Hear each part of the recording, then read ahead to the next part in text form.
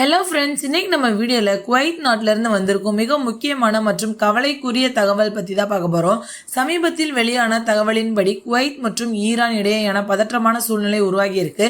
அதிலும் குறிப்பாக குவைத் விமான நிலையத்தை குறிவைத்து தாக்குதல் நடந்ததாக தகவல்கள் வெளியாகியிருக்கு.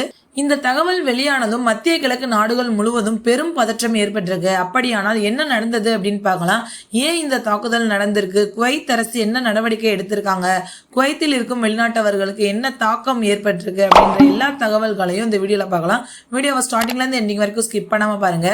சமீபத்தில் சில தகவல் அறிக்கைகளில் குவைத் சர்வதேச விமான நிலையத்தின் டெர்மினல் 1 பகுதியில் தாக்குதல் நடந்ததாக கூறப்படுது. அந்த தாக்குதலில் 3 ஊழியர்கள் காயமடைந்ததாகவும் சில சேதங்கள் ஏற்பட்டதாகவும் தகவல் வெளியாகியிருக்கு. இந்த தகவல் சில ஊடகங்களில் வெளியாகியதால் மக்களிடையே பெரும் பதற்றம் ஏற்பட்டிருக்கு. இப்போ எல்லாருக்குமே முக்கியமான கேள்வி இருக்கும், ஏன் ஈரான் குவைத்தை தாக்கும் நிலைமை ஏற்பட்டிருக்கு அப்படின்னு. இதற்கான காரணம் என்னன்னா, மத்திய கிழக்கு பகுதியில் அதிகரித்து வரும் அரசியல் மற்றும் இராணுவ பதற்றம் தான். அமெரிக்கா மற்றும் ஈரான் இடையே பல வருடங்களாகவே பதற்றம் நிலவி வருது. குவைத்தில் அமெரிக்காவின் முக்கியமான இராணுவ தளங்கள் இருக்கு. இந்த தளங்கள் மூலம் மத்திய கிழக்கு பகுதிகளில் சில இராணுவ நடவடிக்கைகள் மேற்கொள்ளப்படுது.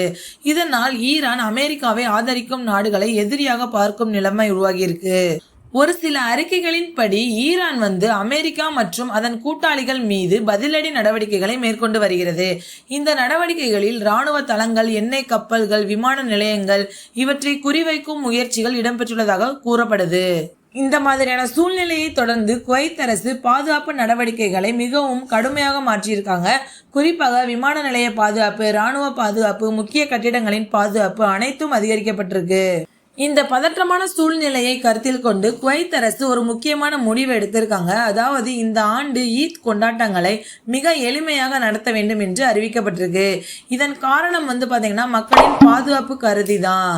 குவைத் அரசு குவைத்தில் இருக்கும் குடிமக்களுக்கும் வெளிநாட்டவர்களுக்கும் சில முக்கியமான அறிவுறுத்தல்களை வழங்கியுள்ளது. அதில் தேவையில்லாமல் யாரும் வெளியே போக வேண்டாம், பெரிய கூட்டங்களை தவிர்க்க வேண்டும், பாதுகாப்பு அதிகாரிகளின் அறிவுறுத்தல்களை பின்பற்ற வேண்டும் சொல்லியிருக்காங்க.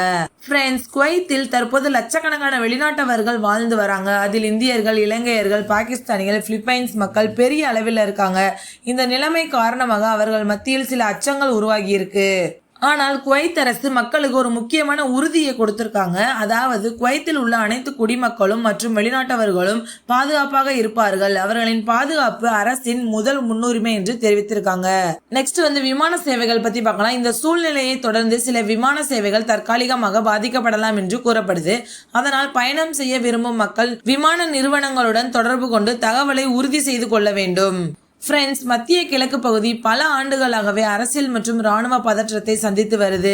இந்த பகுதிகளில் எண்ணெய் வளங்கள், அரசியல் கூட்டணிகள், பாதுகாப்பு சிக்கல்கள் இவை அனைத்தும் இந்த பதற்றத்துக்கு காரணமாக இருக்கு. இந்த நிலைமையை உலக நாடுகள் ரொம்பவே கவனமா பார்த்து வராங்க. ஏன்னா மத்திய கிழக்கு பகுதியில் ஏற்படும் எந்த பெரிய பிரச்சனையும் உலக பொருளாதாரத்தையும் எண்ணெய் விலையையும் பாதிக்கக்கூடும். பல உலக தலைவர்கள் இந்த பதற்றம் விரைவில் குறைய வேண்டும் என்று சொல்றாங்க. மேலும் அனைத்து நாடுகளும் அமைதியான பேச்சுவார்த்தை மூலம் பிரச்சனைகளை தீர்க்க வேண்டும் என்று தெரிவித்திருக்காங்க.